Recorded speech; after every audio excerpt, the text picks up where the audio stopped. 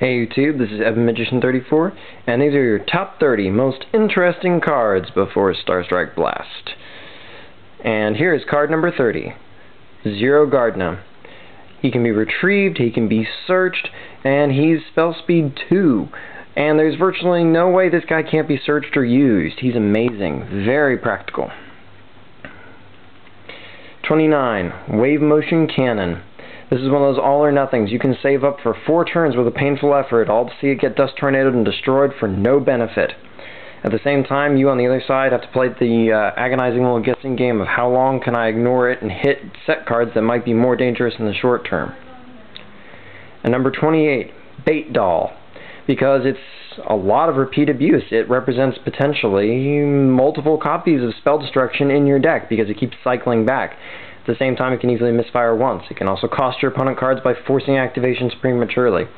It's quite, well, interesting. Ranking in at number 27, Winged Karibo level 10. Yes, I know, he might seem impractical, but at a cost of ultimately 4 cards, you can inflict a much more crucial strategic damage on your opponent. Not only mirror forcing them, but also essentially magic cylindering each monster you killed with the mirror force. That's a tremendous effect. Plus, you can search your deck with things like Flute of Summoning Karibo, and of course, Winged Karibo is actually not a bad card to start with, really. So, quite an interesting and powerful card. Pity it never caught on. Ranking in at number 26, Prohibition. A card which has been seen in side decks for a long time. Theoretically stops anything, and can even be set to annoying new cards like Battle Fader. It's just supreme versatility and limits things in ways other cards really just can't. Very versatile. Number 25, and a very compelling card, and a very old one too, that has always fascinated us. Gate Guardian. One of the hardest to summon, hardest to play, and least rewarding for your effort cards in the game. And for the longest time was the only level 11, although now there are a few others. But that said, he's also one of the biggest warriors, and he actually did exist in one combo deck as an actually decent option. That was the UFO Raid Fighter deck. Number 24, Last Will. Its floating effect goes through your whole turn. It's very difficult to stop, an incredibly practical effect. There really hasn't been another card that works on a similar principle to this. They're all instant gratification kind of things, not as easy to benefit from as Last Will. It's a very good card. Ranking in at number 23 is Lava Golem. Few cards offer its effect, and he's pretty much the only one who does it this big. Kills 2 of your opponent's monsters instantly, pretty much doesn't matter what the heck they are, because he's tributing them into his effect. And the best part is, he even burns your opponent as a bonus, and can even combo with other cards like Dimension Wall for even more damage in control-based decks. And he's one of the few things that can kill Herald of Perfection. Number 22, Final Destiny. Few cards will ask so very much from you for an effect which could so easily be stopped by even one card like Starlight Road for a terrible upset, or even My Body's a Shield is disastrous. But it's a cost you'll almost never be able to afford anyway. But that said, it's a very unique effect, because I don't think any other card really asks you to straight up discard 5 cards. Ranking in at number 21, Final Countdown. One of the best alternative win condition cards in the game, if not the best, really. And basically all you ever have to do is activate it, and it just runs by itself. It's a very easy deck to build. It's compelling and works long term, and Polyduality really likes it.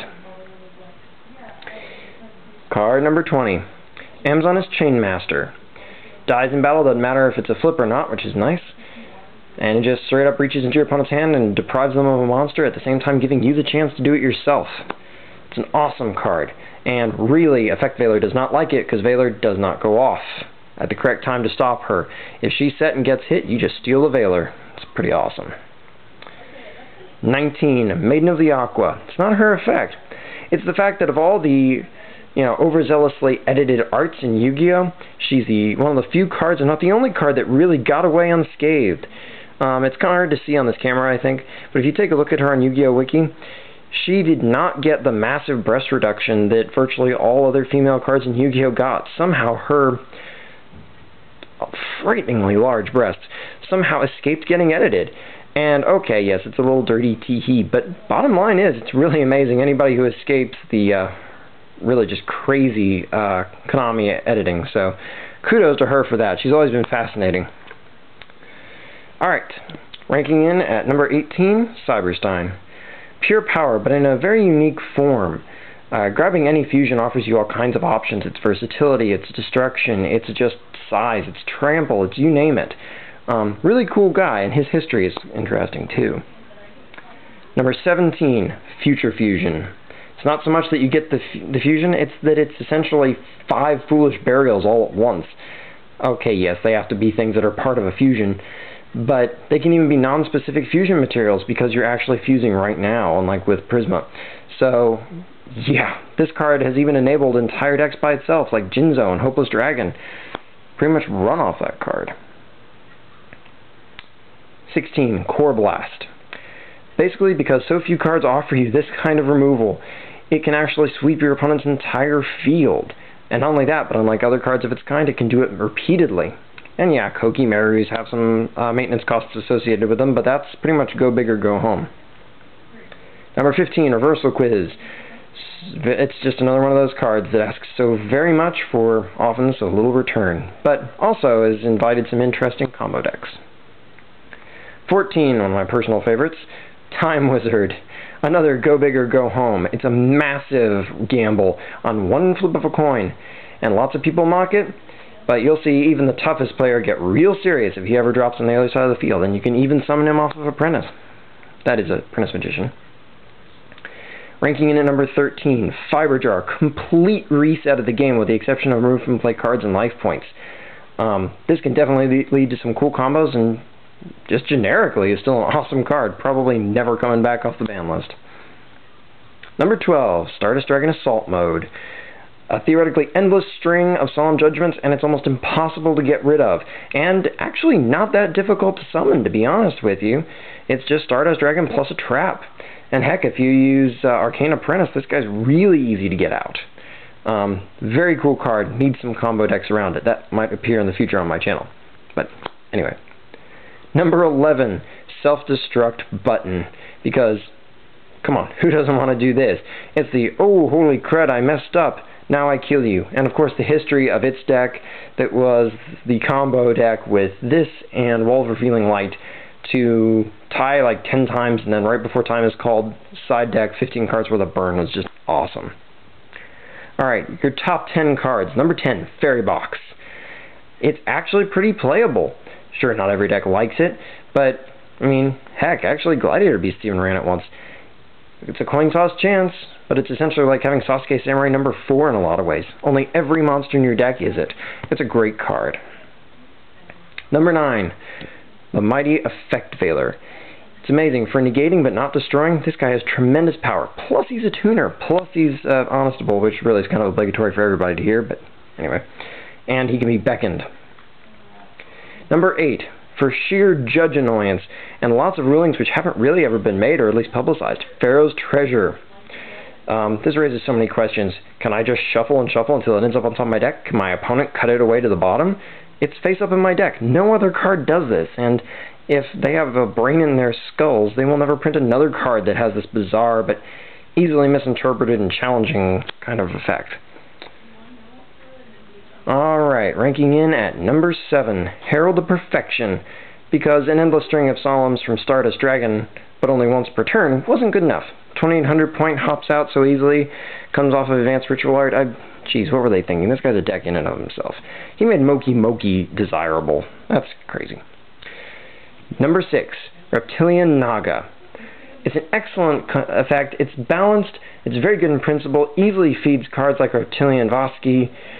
Easily wants to be sacked for tributes. It's tremendous. No one ever sees it coming. Read it if you don't know what it does. It's a very cool idea. It really is.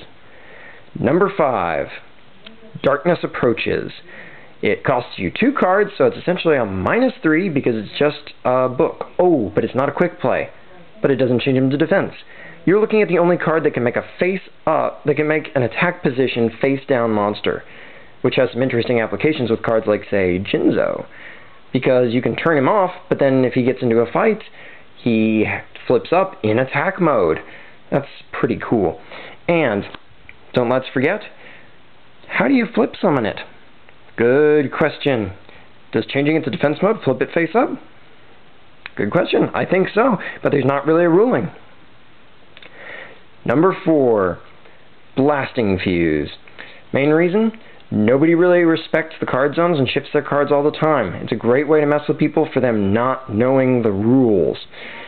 And people who are aware of this card and are defensive of it are always having to worry about where to put their cards. It's a win-win. Take advantage of your own Sangan or Dimensional Alchemist. Very cool. Very neat card. Takes advantage, like a lot of CyberDark Impact, of aspects of the game that most people forget. Number 3, Painful Choice. It's devastatingly powerful, but more than that, it demonstrates the insane ability and practicality of the graveyard in virtually every deck. This is arguably the most powerful card ever printed in Yu-Gi-Oh! Even more than Graceful Charity or Pot of Greed. This card could mess up the format by itself if it got released again.